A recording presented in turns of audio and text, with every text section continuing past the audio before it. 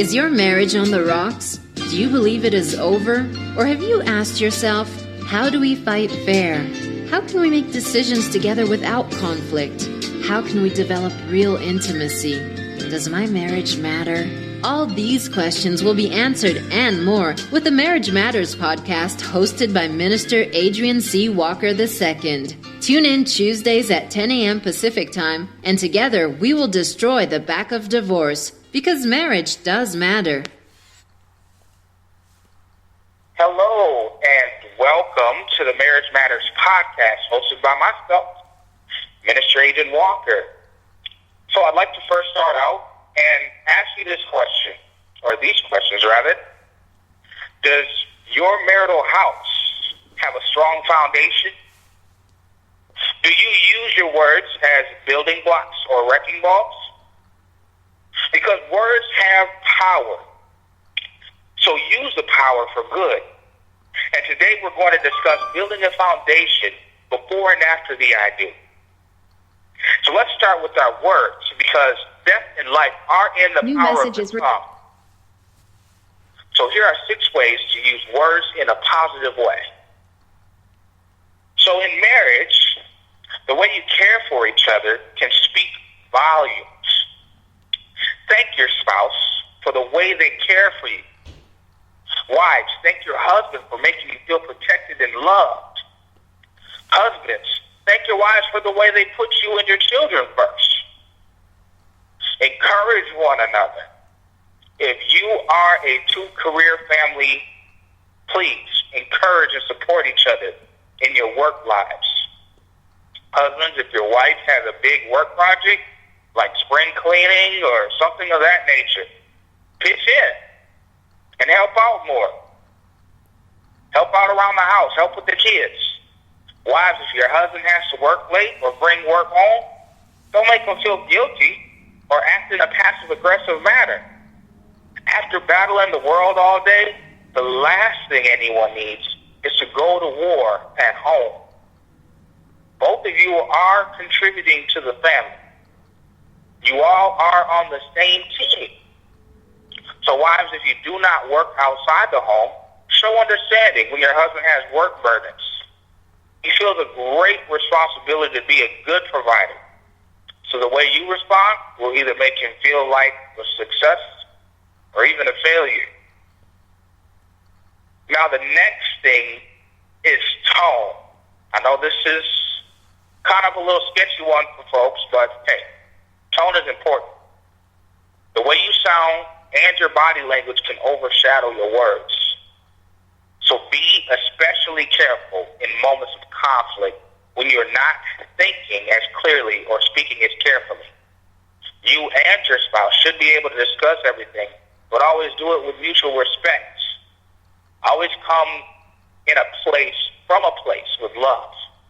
What I always say is to hold your tongue until God has a hold of it.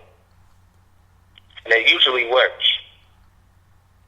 Also, honoring your spouse inside and outside your home. Don't discuss marital issues with your friends or your coworkers.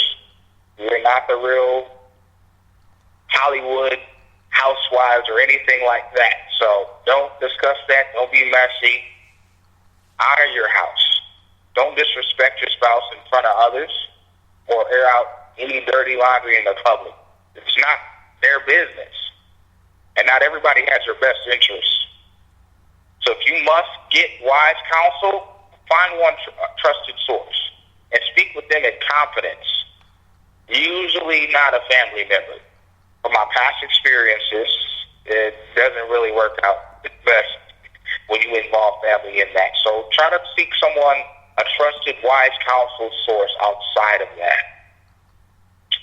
Also, deciding together, making decisions together, even the small things. This will affirm your importance in each other's lives and in your joint partnership. In the area of family life, making joint decisions concerning your children and things like that. In financial areas of your marriage, agree on your boundaries in advance. For example, Any items under $100 may be purchased without discussion. Any items that cost more should be a joint decision. Don't exclude each other in any area of your lives. And again, this is the Marriage Matters podcast, hosted by Minister Adrian Walker. Thank you for joining us. Right now we are discussing foundation in the marriage and building up a foundation, because foundation is very important. You cannot have a house standing if you have a weak foundation. So if you want your marriage to stand, you got to start with the foundation, building those blocks up. So that's what we are discussing today. And we just went over the financial aspect tips with that. And the next thing I would like to point out is maintaining physical intimacy. Now, intimacy necessarily doesn't mean the sexual aspect. Intimacy can be in different forms, such as holding hands and things like that. So if a man's physical desires aren't met, ladies, he feels as if he does not matter. Now, fellas, if a woman's emotional desires are not met, she feels unloved and undesirable, which circles around to love and respect. Ephesians 5:22 talks about wives submitting to your husbands, and verse 33 covers husbands loving your wives as Christ loved the church. These things are the will of God. So husbands, love your wives. Women, submit to your husbands. That doesn't mean that he lords over you. I need to point that out. Some fellas take that and run with it. Submission does not mean that the husband lords over his wife. You all are a team. She is a helpmate, not a helper. Now, we're going to take a brief break, and I'm going to leave you with this question. And it's a question that one of our listeners came up with, and I thought it was important to share. So what would you consider the single most important thing to do for your spouse once you're married that you didn't do before the ceremony? All right, we're going to take this short commercial break, and I'll be right back with you momentarily.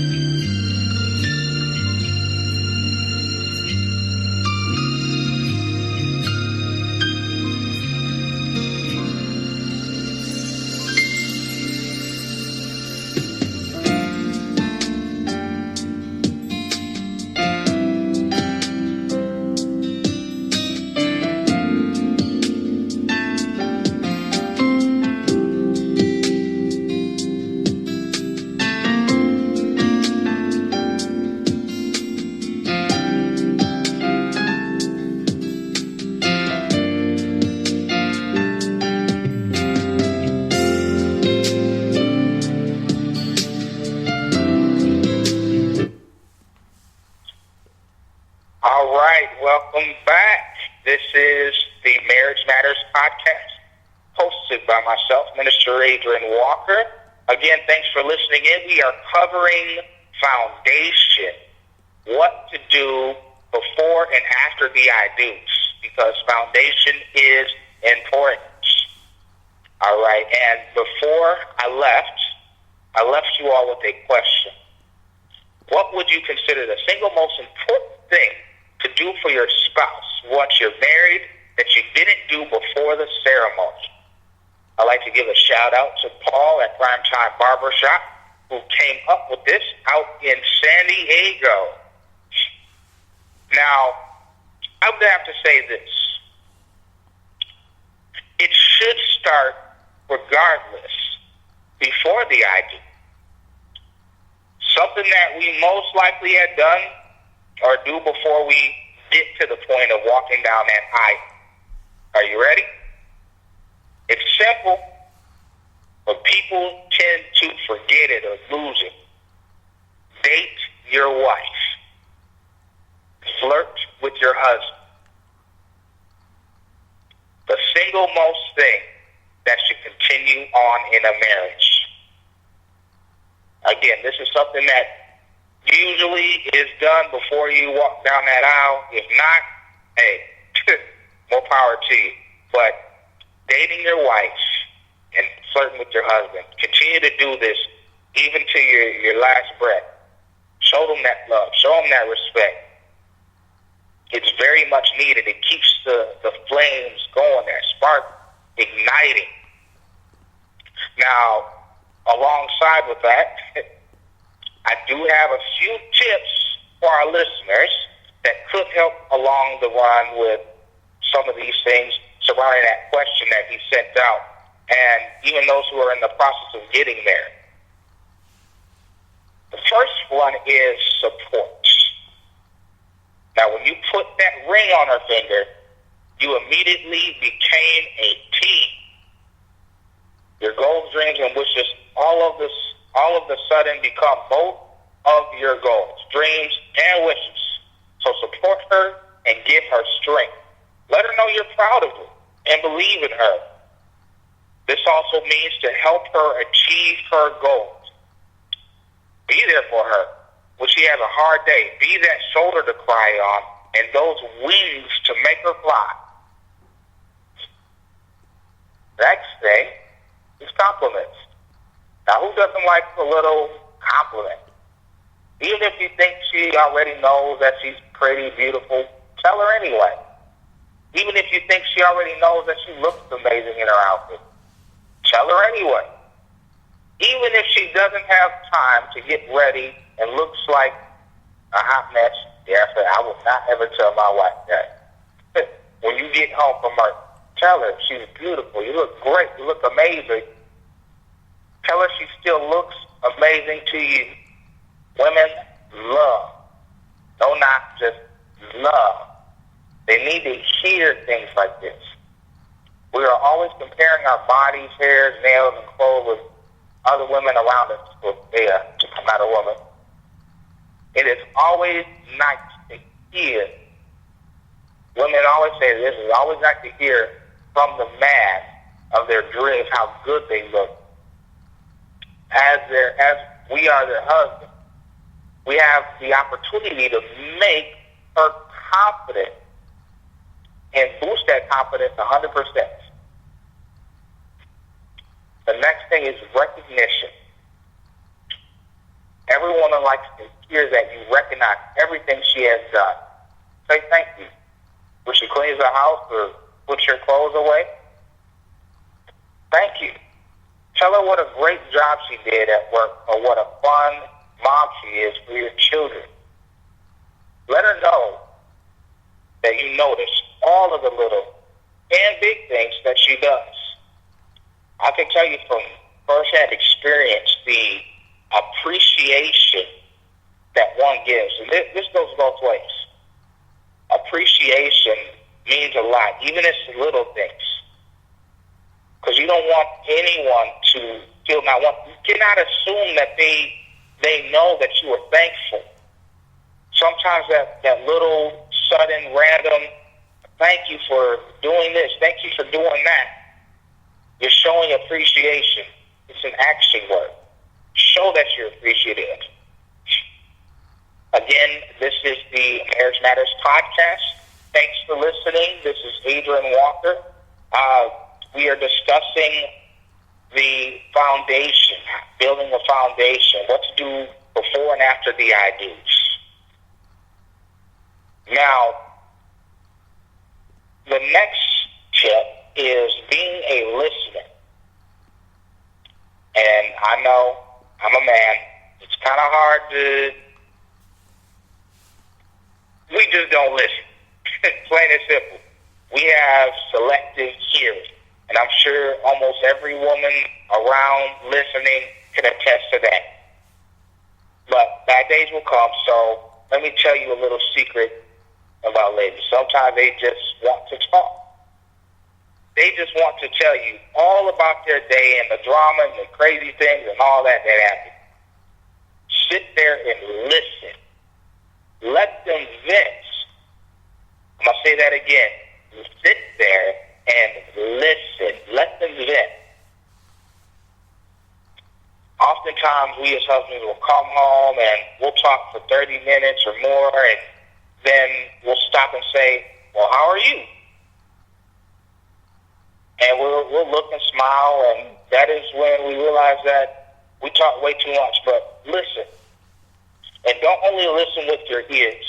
Listen with your whole body. Show her you are interested in what she is saying by not being on your phone or watching a basketball game. Disconnect from the electronics and be a listening ear. She'll love it. And circle back with that phone thing. I always say,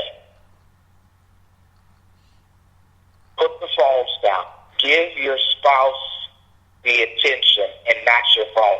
You didn't marry that phone. You didn't marry that game system. Give that spouse the attention they deserve. Now, the fifth thing I want to give you a tip on is priority. To be a priority, we completely understand that you are human and you are, man, woman, with a lot on the plate. So we also sometimes women like to be on the top of the list of importance. Things will come up, work meetings will happen, games will be on, whatever. And that is totally fine. But make sure she knows that nothing is more important than her. Nothing. Again, love is an action word. Show it daily. Even if you're upset with her or each other, remember, love conquers all. If you have an aunt, just simmer down, come back, grab her, kiss her, hold her hand, show that love. Because it's not really, honestly, that important to win a fight. It really is. It's not worth it. Here's a big one. Communication. Goes hand in hand with listening. You know how I said that oftentimes, ladies just like to talk? Well, we also like to talk back. Ask your wife questions and what her opinion on things are. And when she asks you questions and asks for your opinion, be open and have a discussion. Communication is key in a successful marriage. Don't keep secrets from each other. And always be honest. The only secret you all should keep from each other is if you're planning a birthday surprise or anniversary, something like that. Other than that, honesty, as corny as it sounds, is the best policy. It really is. Another thing, a hot date. Earlier I spoke about dating your wife, flirting with your husband. So your relationship with your spouse probably began as friends, and then she probably became a girlfriend, and then, fiance, so on and so forth, right? Or in my case, my wife and I, we began as, I wouldn't necessarily say enemies, but, it was, why are you bothering me? I was getting on her nerves. I was bothering her via social media. So that's how it began for us. But at any rate, throughout that process of building the relationship to marriage, dating probably played a big part in that. So men, once you tie the knot, dating does not end.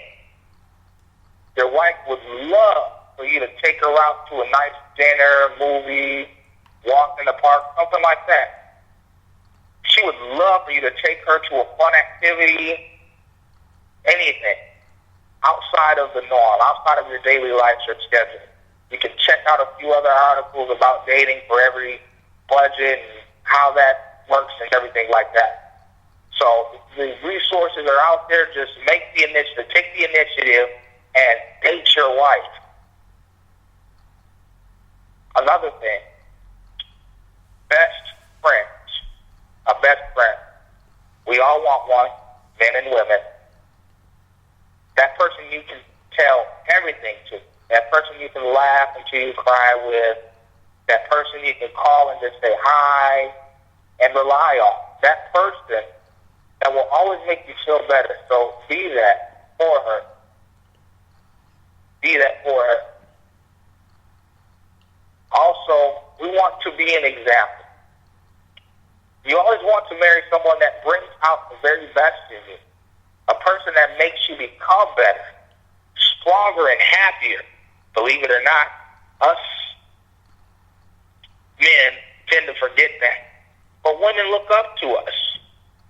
Believe it or not, the men of the households.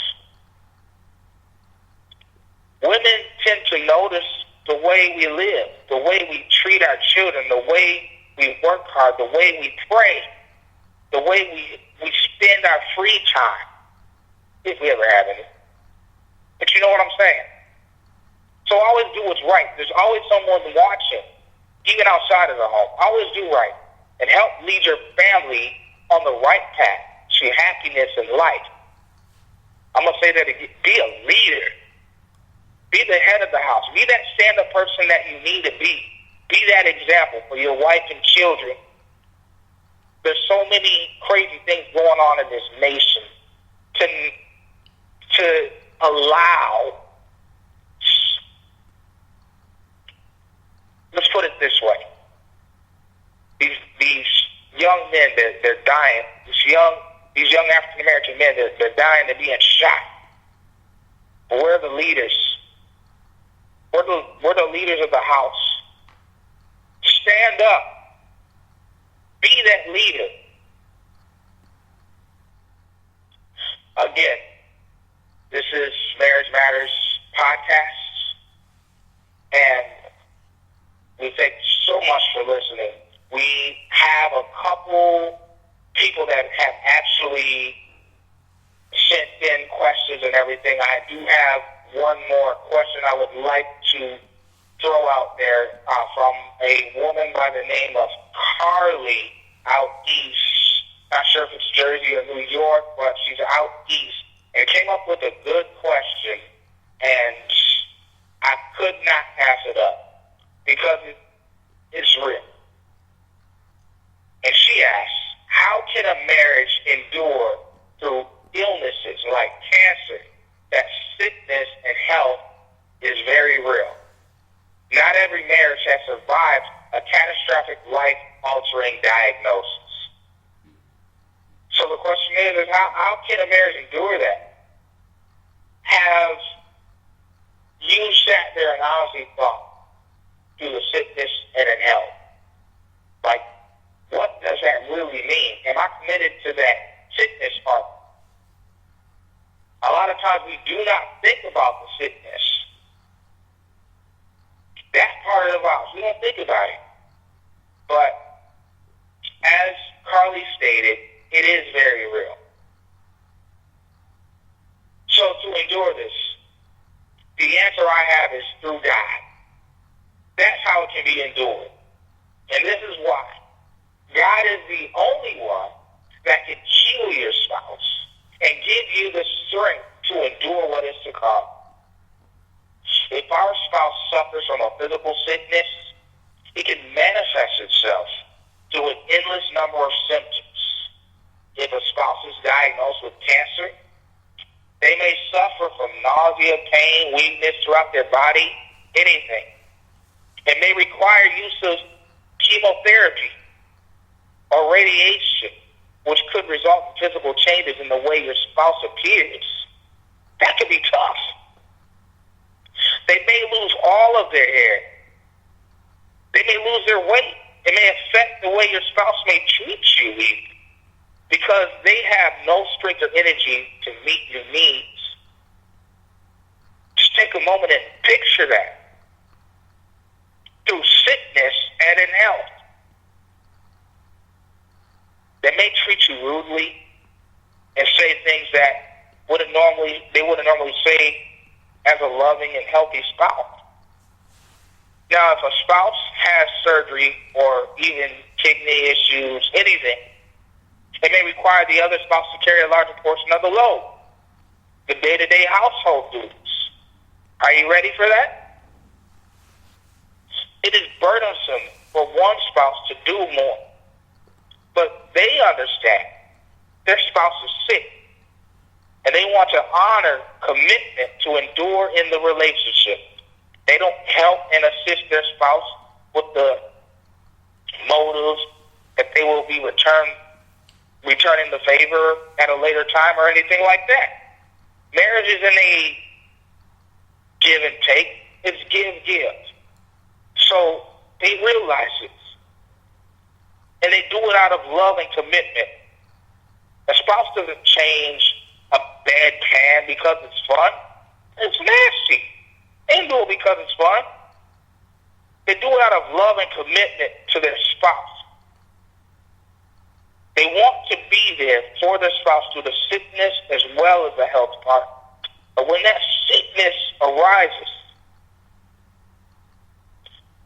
it is an unconditional act of love and service that honors their commitment, and at the core of their life, it honors God. Now, running away is an easy way out. But God hates divorce. Don't go back on your contract you agreed to with God and your spouse. Me as a cancer survivor, and also have had to care for my wife and things like that, it can be tough. It really can. However, my love and obedience to God and unconditional love for my wife, my integrity to uphold my ends of the covenant, really got me through that. It really did. So, again, running away is the easy route. You don't want to go that route. Not at all. So, I challenge the listeners today, anyone out there that's listening, who may be in a marriage right now and has or is currently going through a sickness. Now, I want to throw this out there. In honor of the Breast Cancer Awareness Month, I would like those individuals who have or currently in a marriage battling that, I want to hear your testimony surrounding this. How did you get through this? How did you and your spouse battle through that sickness, or even just any illness? I'd like to hear your testimony. And you can actually do that by going to reaching out to us at Marriage Matters Ministries at Facebook, our email at Marriage Really Matters, Instagram is the same at Marriage Really Matters. You can reach out to us, weigh in on this, and also you can click the download button and revisit this whole segment and everything like that. I hope it was a blessing to you. I really do. Because marriage does matter. Thank you for listening. Welcome to the Marriage Matters podcast, hosted by Minister Adrian C. Walker II, owner and founder of Marriage Matters Ministries and Apparel, where he provides marital coaching and advice. This podcast is for those who are interested in real learning and how to overcome relationship obstructions, love better, and secure a long-lasting relationship God's way. View it as your daily study time. Listen to it on the way to work, at the gym, or while you are surfing the web. Minister Walker, together with his wife Shion Walker, under the leadership of Open Door Family Worship Center San Diego, focus on helping couples to break the back of divorce by being intentional about improving their marriage. Join the movement. Tune in Tuesdays at 10 a.m. Pacific Time, and let's bring our world back to the true sanctity of marriage, because marriage does matter. Find us on Facebook or at www.marriagemattersministries.com.